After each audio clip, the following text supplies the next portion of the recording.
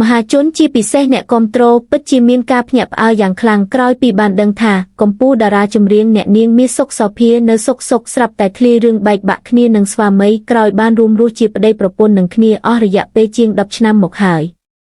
យ៉ាងណាមិញតាក់ទងនឹងការចែកផ្លូវគ្នាដើរចេញរៀងខ្លួនដ៏មិននឹកស្មានដល់នេះត្រូវបានស្វាមីរបស់អ្នកនាងសុខសោភាគឺលោកអ៊ិតរ៉ាដាបានលាតត្រដាងតាមបណ្ដាញសង្គម Facebook នៅរឿងរ៉ាវជាច្រើនពាក់ព័ន្ធនឹងតាឥសីសក់សភ្នំត្បែងដែលបានជ្រៀតជ្រែកជីវិតគូរបស់លោកតាំងពីឆ្នាំ2023ខណៈលោកបានបញ្ចេញឲ្យដឹងថាភរិយារបស់លោកអ្នកនាងមាសសុខសោភាបាននឹងកំពុងងប់ងល់នឹងតាឥសីសក់សនេះយ៉ាងខ្លាំងរហូតដល់ថ្នាក់ហ៊ានចំណាយលុយកាក់រហូតជាង$20,000ទៅលើគ្រូមន្តអាគមអបិយជំនឿរូបនេះដោយហាមឃាត់មិនស្ដាប់នោះទេតែក្រោយឃើញស្វាមីបង្ហោះសារធ្វើការចោទប្រកាន់បែបនេះស្រាប់តែនៅថ្ងៃទី8ខែឧសភាឆ្នាំ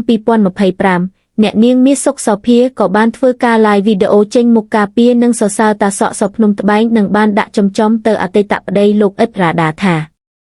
ពេលដែលយើងកំពុងតែជួបសភាវៈអាក្រក់មកធ្វើបាបយើងអាអ្នកនៅក្បែរយើងប្តីយើងនឹងថាយើងឈួតលប់សត្វទេយើងមិនល្អទៅចាយលុយលើអាគ្រូអញ្ចឹងអ្នកនាងមាសសុខសោភាបន្តថាគាត់ស្រឡាញ់ខ្ញុំឬក៏គាត់ស្ដាយលុយខ្ញុំអត់យល់ខ្ញុំចង់សួរថាគាត់ស្ដាយលុយឬក៏ចង់ឲ្យខ្ញុំមានជីវិតបន្តបើខ្ញុំដល់ដំណាក់កាលលងទឹកទៅហើយត្រូវការជំនួយពីអ្នកណាក៏បានដែរទាំងដែលគាត់អត់មានសមត្ថភាពជួយយើងសោះអ្នកណាក៏អត់មានសមត្ថភាពអញ្ចឹងអ្នកណាម្នាក់ដែលអាចជួយយើងបានយើងនឹងរត់ទៅរកគាត់ដើម្បីគាត់សង្គ្រោះយើងអ្នកដែលសង្គ្រោះយើងគឺលោកអូសក់សភ្នំត្បែងនេះជាអ្នកមានគុណមួយដែលគាត់ស្រង់ជីវិតរបស់ខ្ញុំឡើងមកវិញទ្រព្យសម្បត្តិរបស់ខ្ញុំបើខ្ញុំលក់បានខ្ញុំនឹងឲ្យគាត់ទៀតដោយសារតែគាត់ជួយជីវិតខ្ញុំអញ្ចឹងគឺខ្ញុំជួយគាត់តបស្នងទៅគាត់វិញដោយគ្មានលក្ខខណ្ឌតើខ្ញុំខុសដែរឬដែលខ្ញុំចង់តបស្នងមនុស្សដែលជួយសង្គ្រោះជីវិតខ្ញុំនៅពេលដែលខ្ញុំពិបាក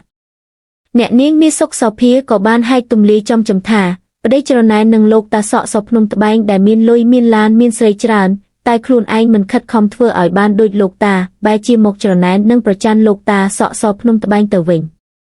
អ្នកនាងក៏បានបញ្ជាក់បន្ថែមទៀតថាសប្តាហ៍ថ្ងៃនេះបើគុំតែបានស្ដាប់ធម៌ស្ដាប់អាវាតពីលោកតាសក់សភ្នំត្បែងកុំអីខ្លួនមិនមានសេចក្តីសុខទេ